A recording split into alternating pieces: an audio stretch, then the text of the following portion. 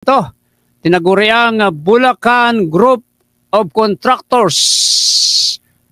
Bilyon-bilyong piso ang nilustay sa kasino. Tingnan mo. Kaya pala nakakapagpatalo kayo ha, D. Alcantara. At Assistant District Engineer Bryce Hernandez ng kulang-kulang 1 bilyong piso sa kasino. Dahil yung pala, mga Ghost Flood Control Project ang inyong ino-operate. Kayo mismo ang mga operator. Ha? Ayon niya kay Sally Santos ng SIM Construction. At ayon niya kay Bryce Hernandez, ang iyong assistant, D.E. Alcantara. Grabe, ano? Siyempre, kasabwat din niya si JP Mendoza, si Edric San Diego, yan, si RJ Dumasig na yan. Yan ay mga sindikato ng Bulacan DPWH. Ako, kung hindi pa bumaha ng gusto ang Bulacan, kung hindi pa bumaba ang ating Pangulong BBM sa Bulacan, kung hindi pa nagbukas ng application o website na sumbong mo sa Pangulo, hindi natin malalaman kung alin-aling mga proyekto ng DPWH ang mga substandard at mga guni-guni. Ha? Kayo dyan, kayong yan, ilang kayo, 5, talagang wala kayong mga konsensya. Lalo ka na, D. Alcantara. Dahil tayo naniniwala na sinasabi ni Bryce Hernandez ay totoo lahat yan. Ikaw lahat ang may pakana. Hindi mo pwedeng sabihin na palusutan ka ng iyong mga tauhan dahil ikaw ang huling pumipirma. At sigurado bago mo pirmahan yan, tinanong mo lahat kung accomplished ba yung project, kung completed ba ang lahat ng project. Alam mo yan lahat pero nagmamaang-maangang ka lamang. Engineer D.E. Alcantara. Sika Mario Batigas, umahagupit. Batigas Files. O ito, panoorin na natin ang balitang ito. Tinaguriang contractors group sa Bulacan, bilyon-bilyong pisong pera inilustay sa kasino. Yung pisong transaksyon sa kasino ang tinaguriang BGC Boys o Bulacan Group of Contractors. Ayon po yan kay Senador Ping Lacson. Tanong niya, bahagi ba ito ng money laundering scheme? Iniugnay din ni Lacson sa isang government contractor ang anak ni dating Public Works Secretary Manuel Bonoan.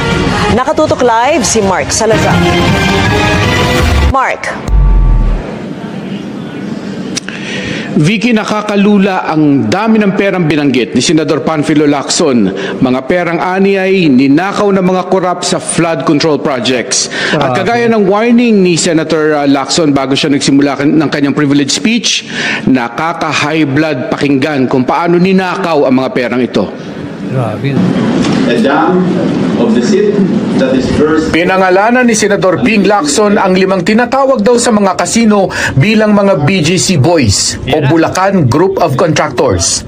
Si dating Bulacan District Engineer Henry Alcantara, ang kanyang dating Assistant DE na si Bryce Hernandez, isa pang Assistant DE na si JP Mendoza, DPWH Engineer RJ Dumasig at isang Eric San Diego. Ang 5 ito raw ay involved sa umaabot ng bilyong piso mga transaksyon sa kasino. Halos 1 bilyong piso ang kanilang naipatalo sa iba't ibang kasino. Base sa mga dokumentong nakalap namin mula sa PAGCOR, malulula tayo sa laki ng halagang naging talo sa kasino ng 5 ito.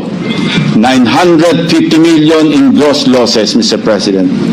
Base ang mga ito sa official at validated na record mula mismo sa 13 kasino sa Metro Manila, Cebu at Pampanga. Pero matindi rin daw kung tumabo sila ng panalo. Mula August 31, 2023 hanggang April 4, 2024, mahigit 530 million pesos ang kanilang napanalunan sa isang kasino pa lamang. Kaya tanong ni Lacson, sinuwerto nga ba sabay-sabay na nanalo ang mga ito, Mr. President? O baka naman money laundering scheme? May report kami at ito ay aming pang binabalidate na peke lang ang pagdeklara nilang panalo. How so? Magpapalit ng cash into casino chips. Pero pag natalo ng kaunti, pupunta sa cashier para mag-cash out at ideklarang panalo ang pinagpalitan nilang chips. Smart? Your guess at this point is as good as mine.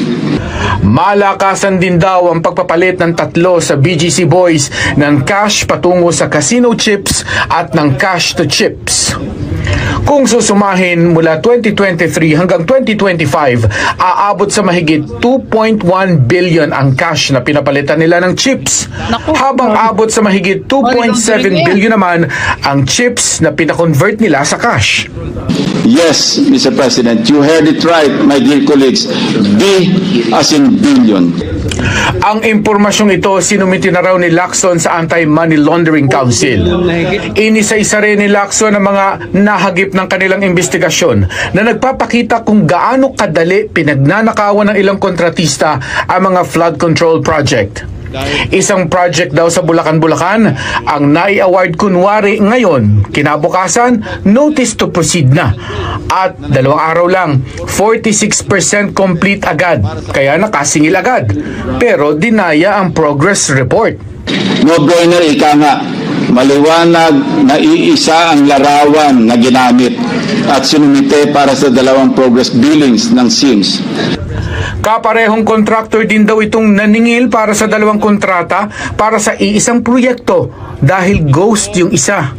Sa Kalumpit, Bulacan, may 2 proyektong siningil ang contractor at nagsabit ng mga dokumentong pare-pareho para sa 2 proyekto na aabot sa mahigit 174 million pesos ang halaga. Hindi tayo namamalikmata. Harap-harapan, pinagnanakawan po tayo.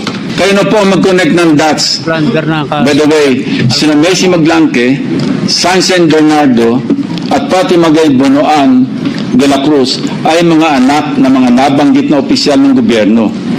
Sinusubukan pa naming makuha ang panig ng mga nabanggit na opisyal.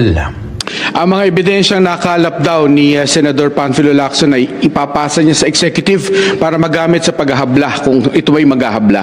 Mula rito sa